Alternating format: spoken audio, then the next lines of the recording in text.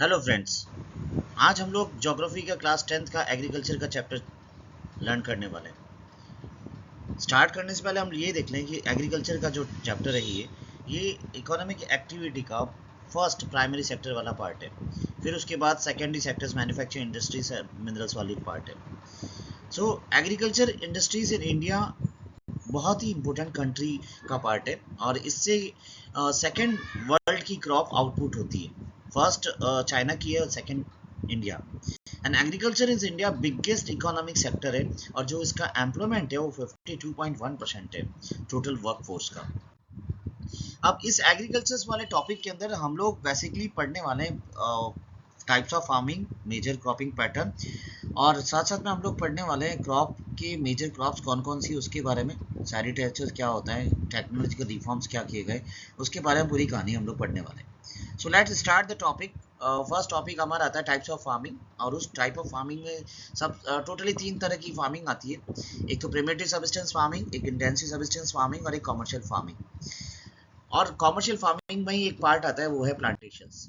Primitive subsistence farming, this type of farming is still practiced in few places in India. ये primitive type की farming होती है जैसे कि नाम से ही पता है। एंड ये प्रैक्टिस होती है स्मॉल पेच ऑफ लैंड पे with the help of primitive tools like होई एंड दो and digging sticks and family और कम्युनिटी लेबर इसमें होते हैं। बेसिकली ये जो फार्मिंग होती है वो मानसून पे डिपेंड होती है और साथ में नेचुरल फर्टिलिटी भी होती है। And it is also called slash and burn cultivations, and farmers clear a patch of land and produce crops to sustain their family. When soil fertile decrease, the farmer shift and start cultivating in the same way on a fresh patch of land. So this allows nature of replenish the fertile of the soil. अब इसको हम लोग slash and burn भी बोल सकते हैं। Particularly अगर किसी लैंड की फर्टिलिटी खत्म हो जाती है तो वो क्या करते हैं, उसमें स्लैश एंड बर्न कर लेते हैं और उसको हम लोग शिफ्टिंग कल्टीवेशन भी कह सकते हैं। Different name of slash and burn are there.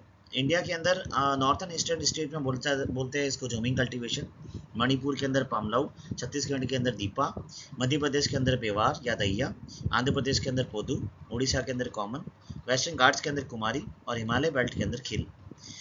वैसे एग्जाम में मोस्टली पूछे जाते हैं। अगर इंडिया की बात करें तो ये जोमिंग कल्टीवेशंस कहाँ बोली जाती है, उड़ीसा वाला एंड मध्य प्रदेश वाला है। और वर्ल्ड के अंदर मैक्सिको के अंदर मिल्पा बोलते हैं, ब्राजील के अंदर रोका और इंडोनेशिया के अंदर लदांग बोलते हैं। ठीक है। Now next part is intensive subsistence farming. These types of farming is practiced in area of high population pressure on land. It is labor intensive farming where high doses of biochemical inputs and irrigations are used for obtaining higher productions. So through the right of the inheritance leading to the division of land among successive generations has rendered land holding size uneconomically. And 12% of world farmlands is in India are there. Commercial farming में क्या होता है, latest technology use होती है। HIV seeds and chemical fertiliser, insecticides and pesticides are used in order to obtain high productivity. जैसे rice is a commercial crop on Punjab and Haryana but in Odisha is its a subsistence crop, right. ये commercial मतलब होता है जिसमें profit सबसे ज़्यादा gain होता है। प्लांटेशंस, जैसे कि मैंने स्टार्टिंग में बताया था, plantation is a type of commercial farming and it is the type of farming in which a single crop is grown on a large area, and the plantation has an interface of agriculture and industries. And plantation use capital intensive inputs with the help of migrant laborers, and all the produce is used as raw material in respective industries. अब उसमें number 1 आता है T plantations, फिर आता है coffee, फिर आता है बैम्बू, फिर बनाना। इस तरह से अलग अलग एरिया में अलग अलग प्लांटेशंस किया जाता है। Now major cropping pattern, exam में ये क्वेश्चन आता है, 5 नंबर का क्वेश्चन पूछे जाने का चांसेस होते हैं या कई बार 3 नंबर का भी पूछ सकते हैं। Explain the major cropping pattern in India. तो बेसिकली रबी, खरीफ और जायद है। Rabi sown in winter from October to December and harvested in summer from April to June.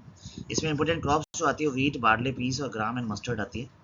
State कौन कौन से हैं, पंजाब, हरियाणा, हिमाचल प्रदेश, जम्मू एंड कश्मीर, उत्तराखंड और वेस्टर्न उत्तर प्रदेश है। और मेन रबी क्रॉप प्रोड्यूस स्टेट्स है, वीट, मस्टर्ड और पीस जैसे आप देख रहे हैं वहाँ पे। खरीफ के अंदर onsets of monsoon in different parts of the country and harvested in September to October. And important crops are paddy, maize, jowar, bajra, tur, arhar, moong, urad, cotton, jute, groundnut and soybean है। And some of the most important rice growing regions are Assam, West Bengal, coastal regions of Odisha, Andhra Pradesh, Tamil Nadu, Kerala and Maharashtra, particularly the Konkan coast. And recently paddy has also become an important crops of Punjab and Haryana. Instead और like Assam, West Bengal and Orissa 3 crops of paddy are grown in year. उसमें औस, अमन और बोरो, ये तीनों crops most है। इस बार objective में आने का पूरा चांसेस है। जायद season is a short season between Rabi and the Kharif seasons and during the summer months. Crop produce are watermelon, muskmelon, cucumber, vegetables and food crops. Right, इसके description में मैं इसके नोट्स भी आपको दे दूंगा, सो अच्छे से आप देख लें इसको। मेजर क्रॉप्स में मेन आती है rice, wheat, millets, maize, pulses and grains and इसमें ये major crops grown in India है। और नॉन फूड क्रॉप्स के अंदर जिसमें food crops other than grains है वो है sugarcane, oilseeds, tea, coffee, horticulture है। नॉन फूड क्रॉप्स के अंदर रबर, फाइबर क्रॉप्स, कॉटन और जूट है। ठीक है, राइस की अगर बात करें तो 25 डिग्री सेल्सियस चाहिए, हाई ह्यूमिडिटी चाहिए, खरीफ की क्रॉप है ये। रेनफॉल चाहिए 100 सेंटीमीटर। बस इसमें इतनी ही चीज़ें लिखनी है और कुछ भी नहीं लिखनी, और कुछ एरिया डाल देना जैसे पंजाब, हरियाणा, वेस्टर्न उत्तर प्रदेश। ये मैप एरिया है जहाँ पे राइस ग्रो होता है, मेजर एरिया और माइनर एरिया। वीट जो है वो मतलब मेन फूड क्रॉप है, इसको इम्पोर्टेंट सैरल क्रॉप भी बोलते हैं। नॉर्थ और northern western part of the country है। 50 से 75 सेंटीमीटर एनुअल रेनफॉल चाहिए। और ग्रोइंग जोन से Ganga, Sutlej plains and black soil regions in Deccan, ये इसकी मेजर एरिया है। ये इसके वीट के ग्रोइंग एरिया है। Millets, jowar, bajra, ragi are the important millets grown in India and known as, इसको कोरेसिस ग्रेन्स भी बोल सकते हैं, ये ऑब्जेक्टिव में पूछा जाता है। Ragi is the rich in iron, calcium and other micronutrients and roughage. It is a crop of dry regions and grows well on red, black, sandy, loamy, shallow soils। और कहाँ का होती है? तमिलनाडु, हिमाचल प्रदेश, उत्तराखंड, सिक्किम, झारखंड और अरुणाचल प्रदेश में। मेज, बोथ जो मेज है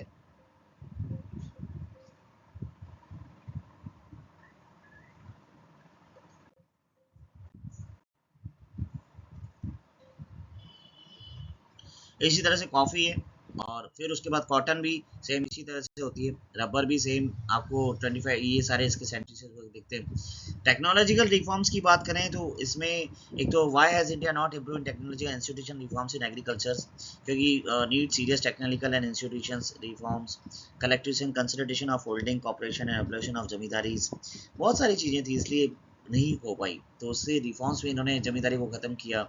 इन्होंने किसान क्रेडिट कार्ड को लेकर ग्रीन रिवॉल्यूशन इवेंट्स किया, वाइट रिवॉल्यूशंस किया, ये सारे काम इन्होंने किए। राइट, आई होप सो आपको ये चैप्टर पूरा अच्छा लगा होगा, आपको समझ में आया होगा। इसके नोट्स मैं आपको डिस्क्रिप्शन में दे दूंगा, बहुत ही अच्छा चैप्टर है। आपको सिर्फ और सिर्फ इसके ग्रोइंग एरिया, इसके टेम्परेचर और इसके रेनफॉल और इसके एरिया के बारे में ध्यान रखना होगा।